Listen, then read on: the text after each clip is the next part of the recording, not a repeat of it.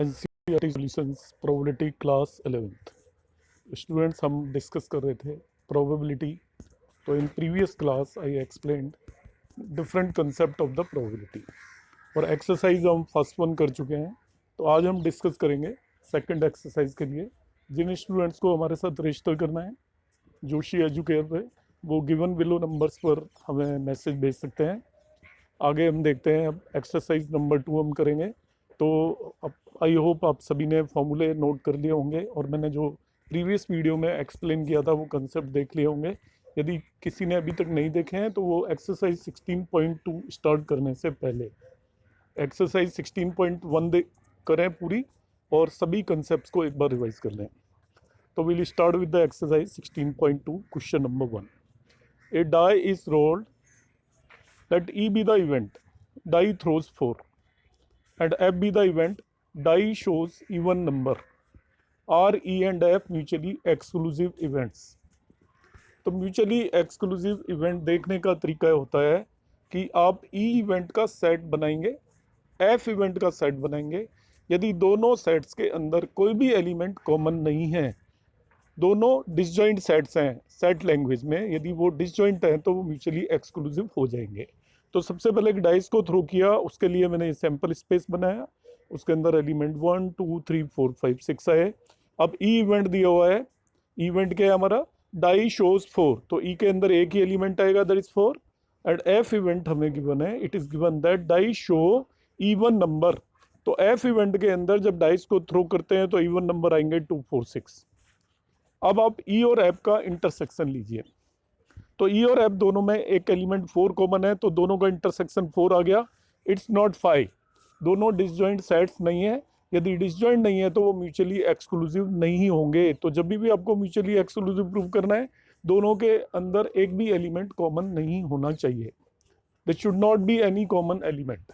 Okay, so these two sets are not disjoint, so we can say these two sets are mutually exclusive and the events are mutually exclusive events. Now come to the question number 2.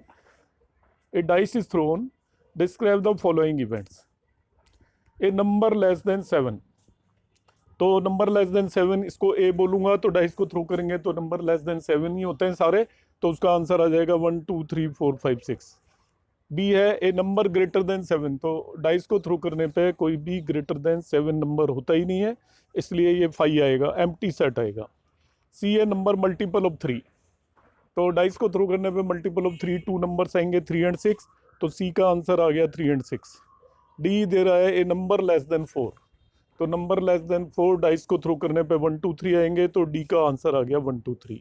E an even number greater than 4, तो greater than 4 even number वो केवल 6 होगा, तो इस question का answer 6 हो गया। F A number not less than 3, number not less than 3 मतलब नंबर 3 से ज़्यादा होना चाहिए, 3 4 5 6, तो विल टेक 3 4 5 6 एंड ये आपका आंसर आ जाएगा 3 4 5 6। So that would be the answer of this one particular question. तो इस तरीके से हम कैलकुलेट कर सकते हैं। Now will come to the next question.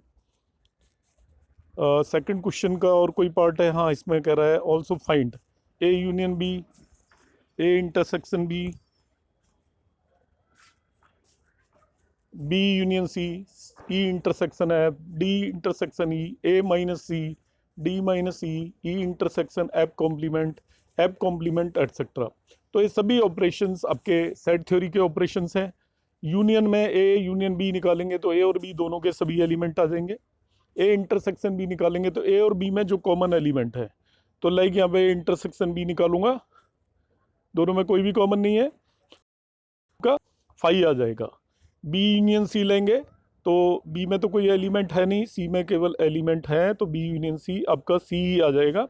ऐसे ही आप ई इंटरसेक्शन एफ लेंगे तो इनमें 6 कॉमन है, तो that would be the answer. D intersection E लेंगे तो कोई भी एलिमेंट कॉमन नहीं है, इट विल बी 5।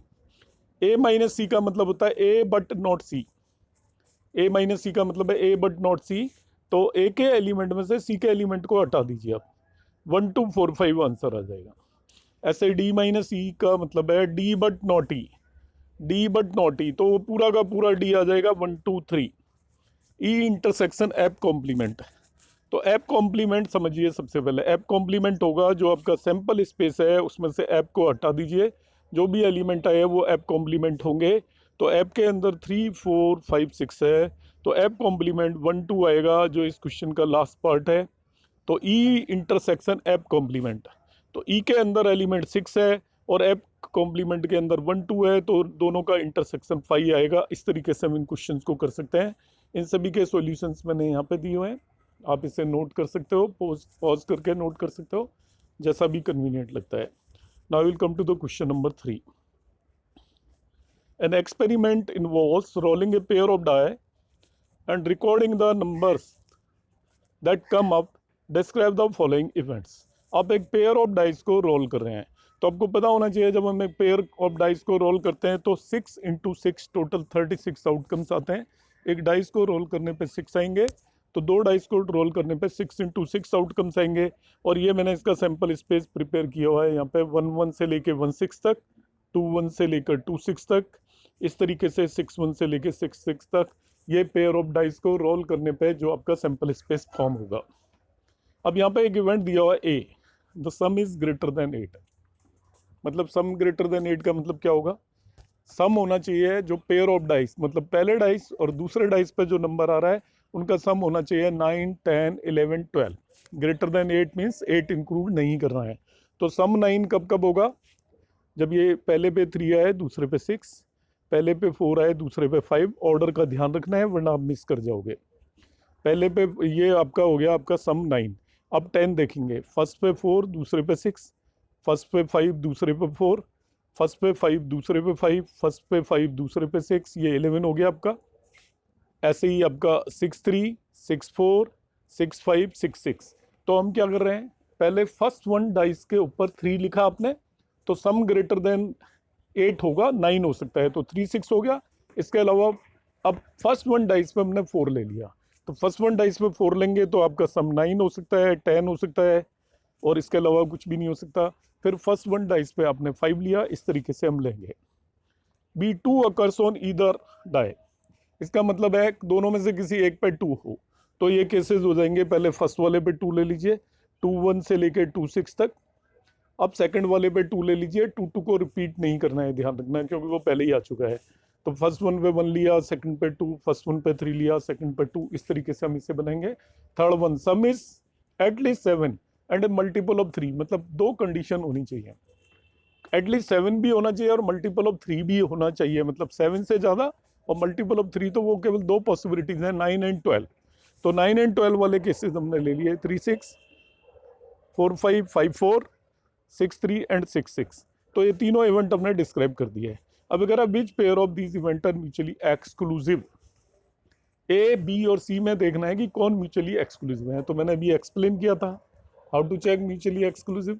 यदि किन्हीं भी 2 इवेंट में कोई भी एलिमेंट यदि कॉमन है तो वो म्यूचुअली एक्सक्लूसिव नहीं होंगे। अब ए और बी को देख लीजिए आप, तो ए और बी को आप देखेंगे तो ए और बी में कोई भी एलिमेंट आपका कॉमन नहीं आ रहा है, एक भी।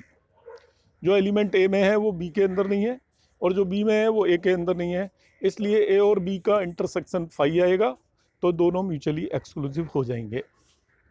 अब आप बी और सी भी देख लीजिए। यदि मैं बी और सी को चेक करता हूं तो इन दोनों के बीच में भी एक भी एलिमेंट कॉमन नहीं है। जो एलिमेंट सी में है वो बी में नहीं है, इसलिए बी और सी भी म्यूचुअली एक्सक्लूसिव हो जाएंगे।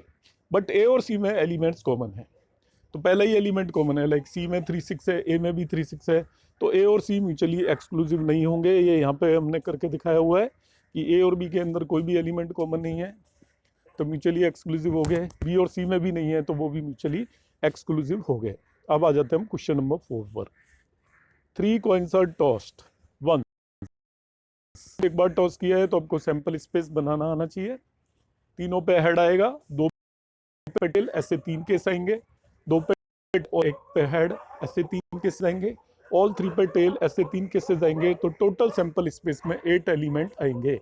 टोटल एलिमेंट निकालने का तरीका और दूसरा क्या है, एक कॉइन को टॉस करने पे 2 आउटकम आते हैं, 2 कॉइन को टॉस करने पे 2 × 2, और 3 कॉइन को टॉस करने पे 2 × 2 × 2, टोटल 8 आउटकम्स आएंगे। अब यहाँ पे हमने बना लिया सैंपल स्पेस। आगे क्या करें, A denote the event 3 head shows, तो ए के अंदर एलिमेंट आएगा 3 head shows means H H H H. B के इवेंट बोल रहे हैं, B denote the event 2 heads and 1 tail. तो बी के अंदर ये 3 एलिमेंट्स आ जाएंगे जिसमें 2 हेड्स और 1 टेल है। सी डिनोट द इवेंट 3 टेल्स, तो सी के अंदर 3 टेल्स आ जाएंगे। And D denote the event A had on the first coin, D में फर्स्ट कॉइन पे ऐड होना चाहिए। तो इसके अंदर ये 4 एलिमेंट्स आ जाएंगे जो कि हमने सैंपल स्पेस से चारों इवेंट को पिक कर लिया है। पहले सैंपल स्पेस बनाया, फिर ए इवेंट जिसमें ऑल 3 हेड्स, बी इवेंट जिसमें 2 हेड्स, सी इवेंट जिसमें ऑल 3 हेड वाले एलिमेंट ले लिए, डी जिसमें फर्स्ट थ्रो पर आपका हेड आ रहा है। अब वो कह रहा है विच इवेंट्स आर म्यूचुअली एक्सक्लूसिव। तो इनमें देख लीजिए किन में कोई भी एलिमेंट कॉमन नहीं है। तो अब देखिए ए और सी में कोई भी एलिमेंट कॉमन नहीं है, ए और बी में कोई कॉमन नहीं है, ए और डी में एक एलिमेंट कॉमन है, इसलिए ए और डी म्यूचुअली एक्सक्लूसिव नहीं है, मगर ए और बी और ए और सी म्यूचुअली एक्सक्लूसिव है। इसी तरीके से बी और सी भी म्यूचुअली एक्सक्लूसिव है। बी एंड सी में भी कोई भी एलिमेंट कॉमन नहीं है। सी एंड डी भी म्यूचुअली एक्सक्लूसिव है क्योंकि उनके बीच में भी कोई भी एलिमेंट कॉमन नहीं है। तो इसके बेसिस पर हम इनको आंसर कर सकते हैं कि कौन से एलिमेंट म्यूचुअली एक्सक्लूसिव है और कौन से इवेंट म्यूचुअली एक्सक्लूसिव है और कौन से इवेंट म्यूचुअली एक्सक्लूसिव नहीं है। अब आ जाते हैं हम क्वेश्चन नंबर 5 पर। 5 क्वेश्चन कहता है 3 coins are tossed, describe first one 2 events which are mutually exclusive, 3 events which are mutually exclusive and exhaustive, 2 events which are not mutually exclusive, 2 events which are mutually exclusive but not exhaustive, 3 events which are mutually exhaustive but not exclusive but not exhaustive। 5 part हैं। आपको example देने हैं तो अपनी मर्जी से आप कोई भी 2 इवेंट बना सकते हो। यहाँ पर कुछ बनाकर मैंने दिए हैं कि अगर है 2 events which are mutually exclusive, तो आप कोई भी इवेंट बना सकते हो। एक कह सकते हो गेटिंग ऑल 3 टेल्स और दूसरा गेटिंग ऑल 3 हेड्स, तो म्यूचुअली एक्सक्लूसिव हो गए हो। ऐसे ही पार्ट 2 में कह रहा है 3 event which are mutually exclusive. तो पहला कह दीजिए getting all 3 tails, getting all 3 heads और तीसरे में गेटिंग 1 हेड। तो इन तीनों का आप इंटरसेक्शन लोगे तो 5 आएगा, तो तीनों इवेंट म्यूचुअली एक्सक्लूसिव हो जाएंगे। थर्ड है 2 event which are not mutually exclusive. तो नॉट म्यूचुअली एक्सक्लूसिव में आप लिख दीजिए first one getting 3 heads and second one getting at least 2 heads. तो यहाँ पे ये मैंने इवेंट डिस्क्राइब किए हुए, आप देखोगे तो ये म्यूचुअली एक्सक्लूसिव नहीं है। तो इसी तरीके से आप 5th और 6th पार्ट भी यहाँ पे आप सोल्यूशन में देख सकते हो PDF से। इसमें कोई बहुत एक्सप्लेनेशन रिक्वायर्ड नहीं है। अब ऑलरेडी एक्सप्लेन्ड कि म्यूचुअली एक्सक्लूसिव क्या होता है और एग्जॉस्टिव क्या होता है। एग्जॉस्टिव में एक कंडीशन है कि वो एक्सक्लूसिव इवेंट होने चाहिए, साथ साथ उनका यूनियन लेने पर पूरा सैंपल स्पेस आ जाए। ऐसे इवेंट को एग्जॉस्टिव इवेंट बोलते हैं। मतलब दोनों कंडीशन सेटिस्फाई होनी चाहिए कि उनका इंटरसेक्शन 5 हो और यूनियन आपका सैंपल स्पेस आ जाए। ऐसी कंडीशन को जो इवेंट सेटिस्फाई करेंगे उन्हें हम mutually exclusive and exhaustive event बोल देते हैं। क्वेश्चन नंबर 6 पर आते हैं। Dice 2 dice are thrown. तो आपको पहले भी बताया था 2 डाइस को थ्रो करते हैं। तो सैंपल स्पेस में 6 × 6 36 एलिमेंट्स आते हैं। वो ये 36 एलिमेंट यहाँ पर लिस्ट किए हुए हैं। Now the events A, B and C are as follows. A getting and even number on the first die. तो फर्स्ट डाइस पे इवन नंबर के लिए मैंने ये सैंपल स्पेस बनाया। फर्स्ट डाइस पे 2 लिया और सेकंड पे 1 से लेके 6 तक सभी 6 एलिमेंट आएंगे। 2 1 2 2 2 3 2 4 2 5 2 6। फर्स्ट पे 4 और सेकंड डाइस पे 1 से लेके 6 तक कुछ भी आ सकता है।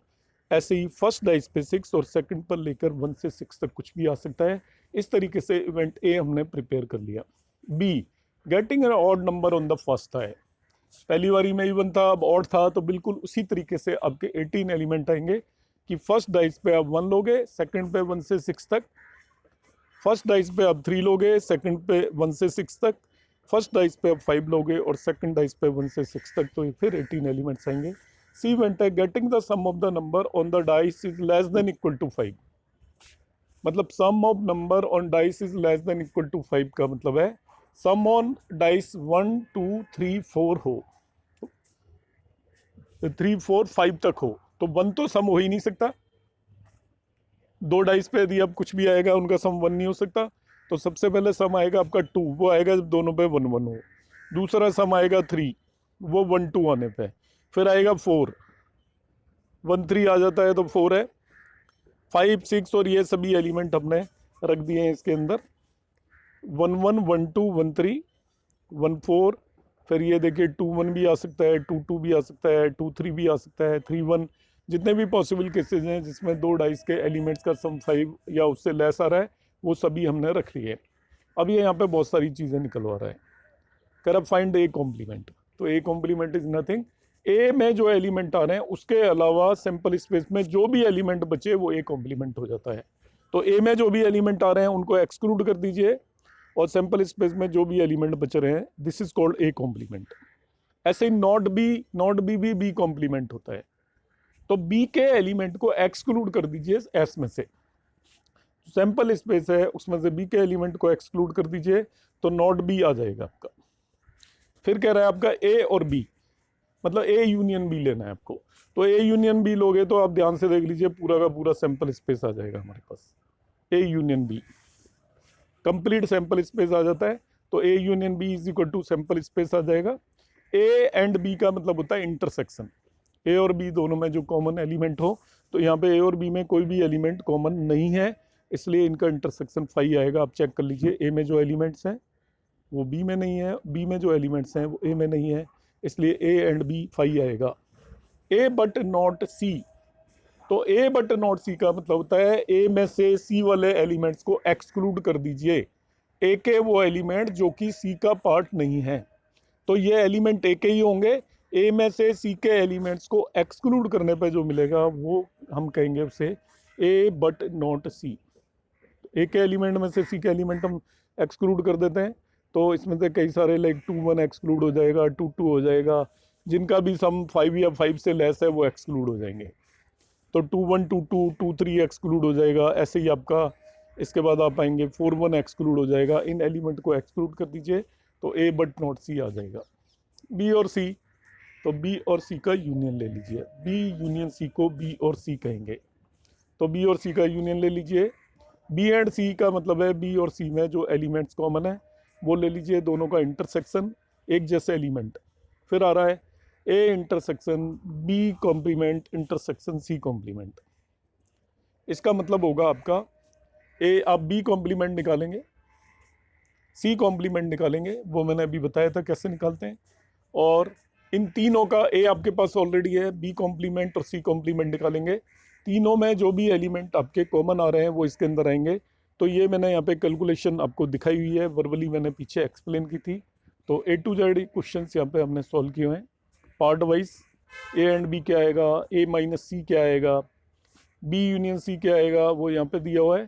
तो यू कैन रीचेक इट, किस तरीके से हमें करना है आप उसे चेक कर सकते हैं, and we can solve this question on the basis of that. Question number 7 आ जाता है, 2 dice are thrown, the events A B and C are as. तो 2 डाइस थ्रो करने का सैंपल स्पेस आपको मालूम ही है, अभी तक हम डिस्कस करके आ रहे थे। इवेंट ए है getting an even number on the first die. तो पहले डाइस पे इवन ले लीजिए और दूसरे पे कुछ भी हो सकता है। तो ये मैंने ए इवेंट बनाया। B getting an odd number on the first dice, तो बी बनाया, पिछले क्वेश्चन में भी बनाया था। C getting the sum of the number on the dice is less than equal to 5, तो वो का वही केस है पिछला वाला क्वेश्चन में जो हमने किया था। अब यहाँ पे कह रहा है स्ट्रेट ट्रू और false, A and B are mutually exclusive. Yes it is true, because दोनों के बीच में कोई भी एलिमेंट कॉमन नहीं है। यदि एलिमेंट कॉमन होता तो नहीं होते। A and B are mutually exclusive and exhaustive. तो एक्सक्लूसिव में क्या होता है और एग्जॉस्टिव दोनों कंडीशंस के लिए ए इंटरसेक्शन बी 5 होना चाहिए और A union B sample space होना चाहिए। तो मैं ए इंटरसेक्शन बी लेता हूँ तो वो 5 आता है, और ए यूनियन बी लेता हूँ तो पूरा सैंपल स्पेस आ जाता है। इसका मतलब ये कंडीशन सेटिस्फाई हो रही है। ए इक्वल टू बी कॉम्प्लीमेंट, अब बी कॉम्प्लीमेंट निकालेंगे तो ए आएगा, आप निकाल लीजिए बी कॉम्प्लीमेंट। सैंपल स्पेस में से बी को एक्सक्लूड कर दो, ए बच जाएगा, तो हम कैसे कह देंगे A equal to B complement. फिर कह रहा है A and C are mutually exclusive and mutually exhaustive. तो ए और सी पहले तो देख लेते हैं म्यूचुअली एक्सक्लूसिव है क्या। तो हमें देखने में पता चलेगा एक्सक्लूसिव ही नहीं है, ए और सी के बीच में कॉमन एलिमेंट्स हैं। लाइक मैंने 2 पे देखिए किया है, 2 ए में भी है और सी में भी है, so they are not mutually exclusive, so it is a false statement. फिर कह रहा है A and B complement are mutually exclusive, A and B complement are mutually exclusive, ये भी रॉन्ग है, क्योंकि बी कॉम्प्लीमेंट तो खुद ही ए हो जाएगा, तो सेम ही सेट हो गया, तो म्यूचुअली एक्सक्लूसिव नहीं होगा, it is the same case, so it is also false. फिर कह रहा है A complement and B complement and K are mutually exclusive and exhaustive, ये सही है। ए कॉम्प्लीमेंट निकालोगे तो बी बन जाएगा, और बी कॉम्प्लीमेंट आप निकाल लेना, वो एक एक को लाएगा आपका। ए कॉम्प्लीमेंट आपका बी आएगा, बी कॉम्प्लीमेंट ए आएगा, तो बी और ए दोनों एक दूसरे के म्यूचुअली एक्सक्लूसिव भी हैं, और इन दोनों का यूनियन सैंपल स्पेस आता है, इसलिए एक्सक्लूसिव भी हैं। इन सभी क्वेश्चंस को यहाँ ये मैंने सॉल्व करके दिखाया हुआ है, so you can check it from here, अपना आप करिए। सॉल्यूशन में यदि आपको कोई डिफिकल्टी आती है, वर्बली आई हैव एक्सप्लेन्ड, यहाँ पे मैंने सॉल्यूशन दिया हुआ है, तो you can check from here. तो in this way we have completed exercise 16.2. In next class we will discuss exercise 16.3. Thank you.